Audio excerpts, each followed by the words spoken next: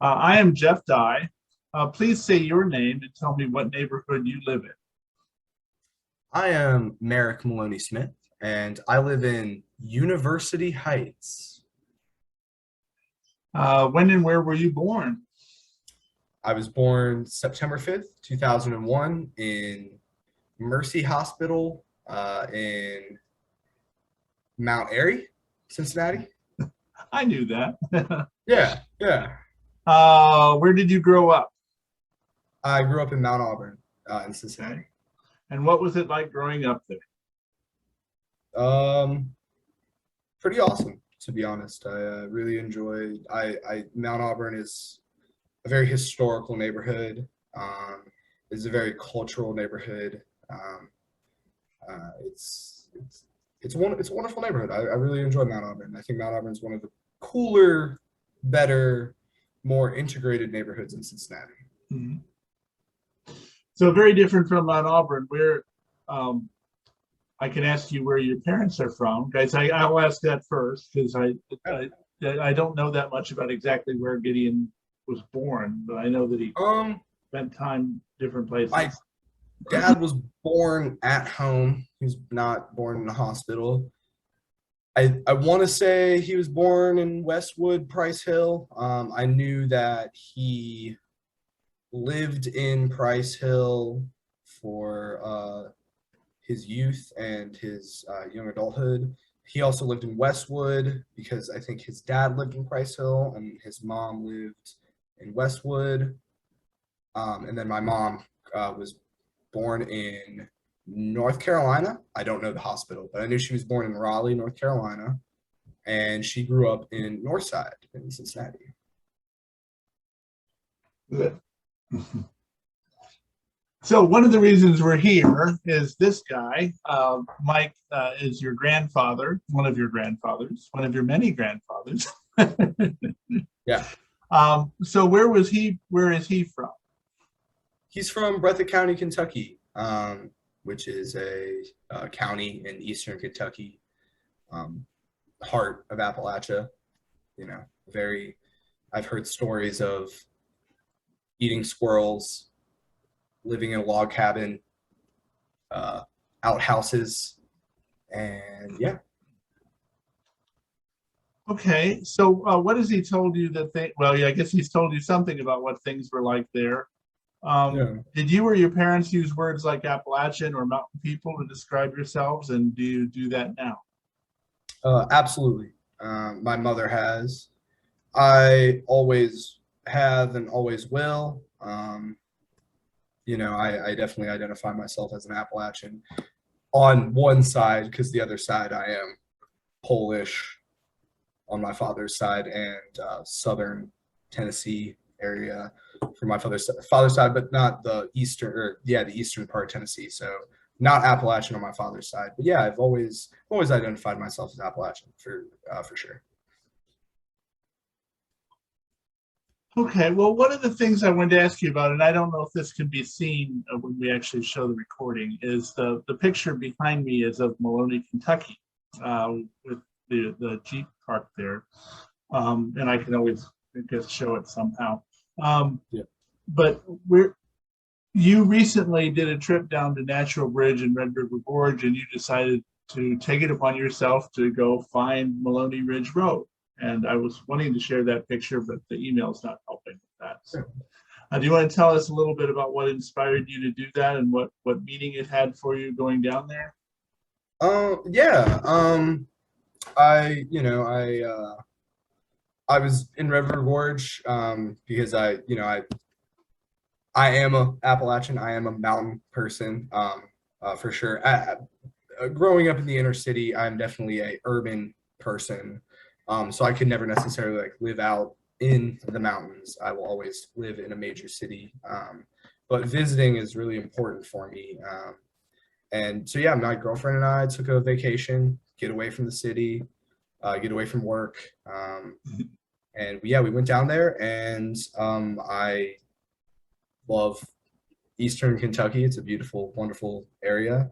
And yeah, I've always wanted to go down and see, where my people are from.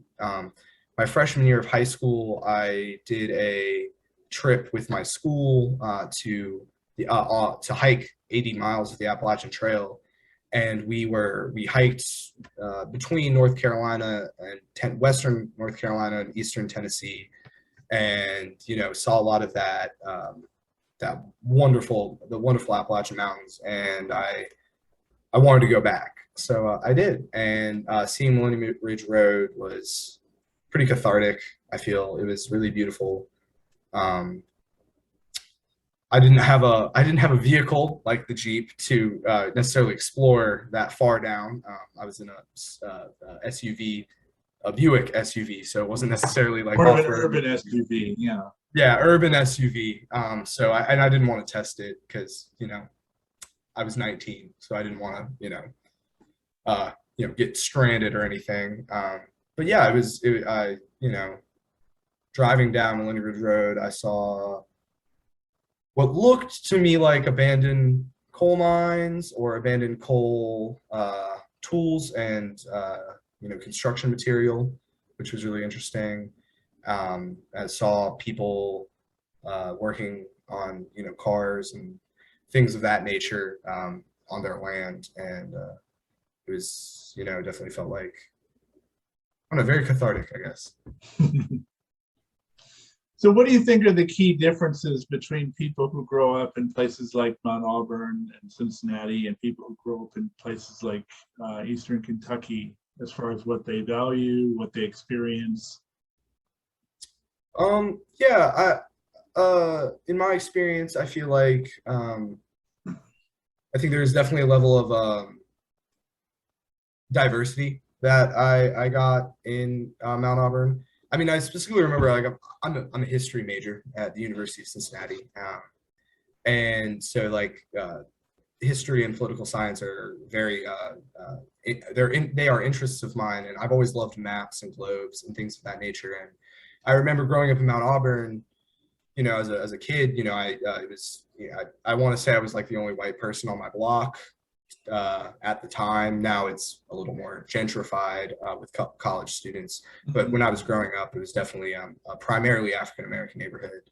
And I remember looking at this map of the United States with Papa Mike, Mike Maloney, and I remember looking at the diversity charts, or like the diversity statistics, and I was like, Papa Mike, why do African Americans aren't only 12% of the US population? That's impossible.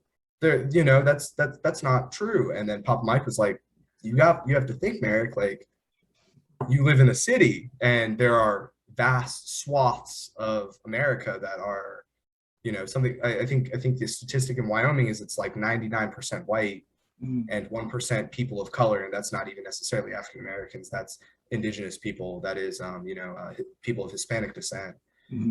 So that at the time I was like 10 or 11. That blew my mind. So I think there's definitely a perspective of growing up around people that are different than you gives you a perspective into the lives and cultures of people. And while that is not taking anything away from the Appalachian or Eastern Kentucky experience, I think that is definitely a difference in Eastern Kentucky, where you primarily, that's a generalization, primarily are growing up and experience around primarily white people. And that doesn't necessarily have to be a bad thing, but it's definitely perspective of the people around you, and the perspective of other people and cultures' lived experiences in the United States, and how the United States has historically treated different groups of people based on race, creed, gender, sexuality, all of the above. So there's definitely a level of, like, I think I have a broader perspective of the world growing up in a city, but that doesn't necessarily take anything away from Eastern Kentucky, if that makes sense. So when you're, that's, so what was that? I'm sorry, I didn't hear that. oh no, I think that's like the one major difference culturally, but I also think there's also a difference economically as well. Being from Eastern Kentucky, The coal mines historically were that was the number one industry in all of Appalachia, but especially Eastern Kentucky. And as science and technology and innovation have improved over the last 200, 150 years, coal mining has become obsolete because we have found other modes or other methods of for power and electricity. Mhm. And I think the great issue with that is then that causes mass unemployment, and that is an issue because while there is unemployment in the cities and there is a struggle to find jobs in the cities because of the position you're in, especially in Mount Auburn, where people are put in a situation, people are put in situations where they don't necessarily have the opportunity to go to high school or graduate high school or even have the resources to be able to go to college, and they are left to work jobs that are unable to support a non-poverty lifestyle. And the same can exactly be said about Eastern Kentucky, where you have people that if the one big monopolistic industry fails, then what do you have? Right. You have no opportunity to gain generational wealth or even put food on the table for your own family. And that is also. And are you going to ask me about similarities, or can I? Because there's definitely. Sure, go Okay. on. Yeah. So I think one of the greatest similarities between Mount Auburn, a very urban area in a large or a medium-sized city, Mhm. and Eastern Kentucky is the opiate crisis and the way the opiate crisis has That's a affected. good point.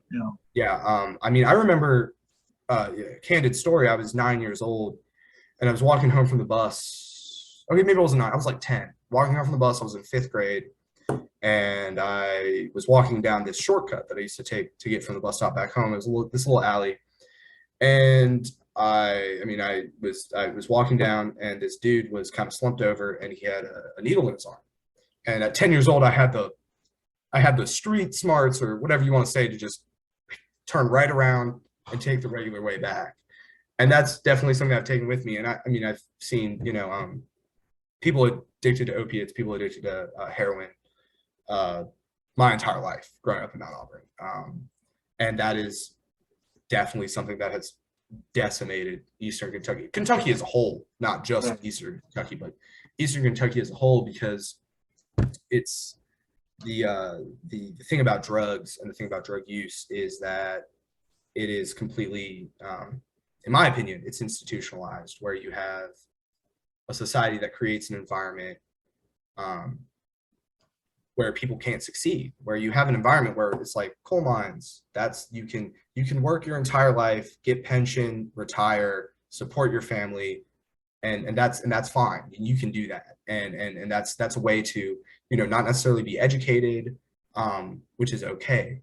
That is to not being educated is completely fine. That should be, there is a place and a space for that in society, in an institution, and that be taken away very dramatically, and over time, to where and through that, and working in coal mines, working in construction, working in these industry that wears on your body, that wears heavily on your body, and you might injure yourself. And then what happens if you injure yourself? Your doctor then prescribes you painkillers, and these painkillers are opiates. And then what happens when you can't get those opiates anymore, because opiates are, as we know, are extremely addictive.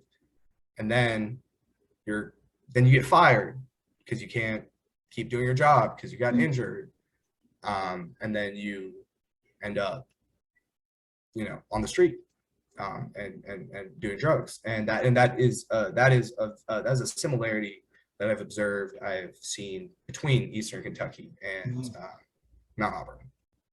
That's exactly true. Did you want to say anything, or? Okay. All right. Anything else you want to talk about? This is probably a good length for. You can. Yeah, I just I think culture and knowing where you're from and knowing who you are is extremely important.